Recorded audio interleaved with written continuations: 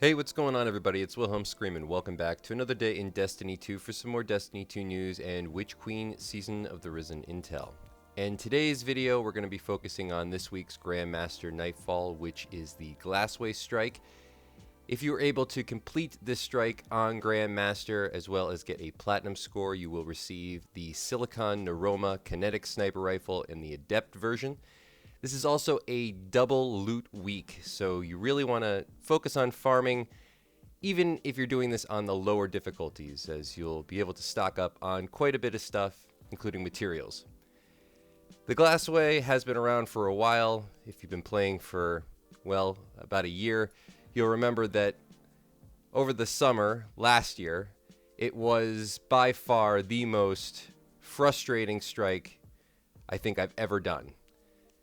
It was one that I just couldn't do. It took many, many tries, and I was still unsuccessful. Now, fortunately, things have changed a little bit. Towards the end of the season, that previous season, I did find some really good glitches that will help, especially now. But also, we do have a little bit of variation when it comes to the champions. We have Barrier and Overload. So, the first couple of glitches will be for the plate and then for the boss room. If you enjoyed this video, please remember to like, comment, and subscribe to the YouTube channel for more Destiny 2 Witch Queen content like this. And turn on that bell notification right next to the big red subscribe button. That'll enter you into any future giveaways on this YouTube channel. We do one every 1,000 subscribers, so you don't want to miss out. Now for the plate, remember you don't actually have to stand on the plate. All you have to do is trigger the plate and the ads will spawn. That's really what you want to do. You want to take out the ads before you actually complete the whole plate section. Every time you stand on it, more ads will spawn, and then you want to retreat backwards behind the boxes on the left and the right, and behind this sort of false wall that's all the way pincered on the right side as you enter. Now this is so that you can keep one teammate alive without having to worry about dying, but keep in mind that if you do die back here, you can actually end up spawning in the wall. It's almost impossible to revive you. So you really want to make sure that if you are the person in the back, that you're really just keeping your cover. Try to help your teammates out a little bit, maybe on the right side, but don't try to do too much. But it is a really good safe spot for what is probably one of the more frustrating sections of this particular strike.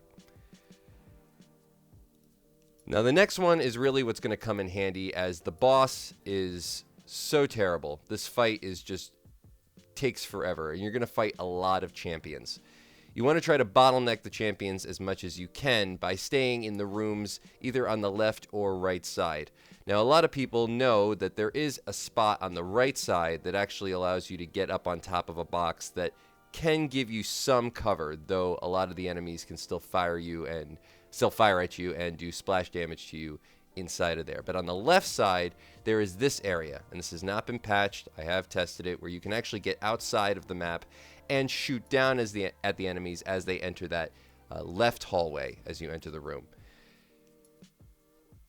So this is probably the safe spot. You don't have to stay in here the entire time you do the strike. In fact, there will be moments where you probably want to jump down and finish off a few of the enemies, or at the very least, get maybe one of your teammates to die right underneath that hole in the ceiling so you can actually get more enemies to congregate around them, and then you can do more DPS. I would say just use things that do dots or do AoE damage. Now, another great thing about this particular spot is that if you move to the back of that room, so as you go up through the hole, go all the way to the back of the room, the boss can actually migrate back behind that wall.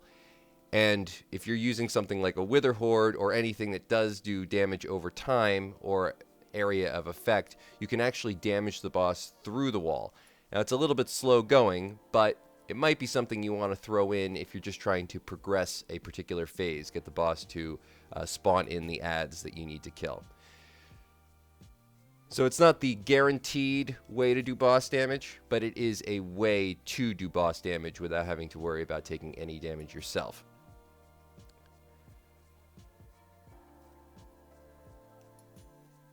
Now, there is other ways that you can actually get around the outside of this map, though none that I've found were really that effective.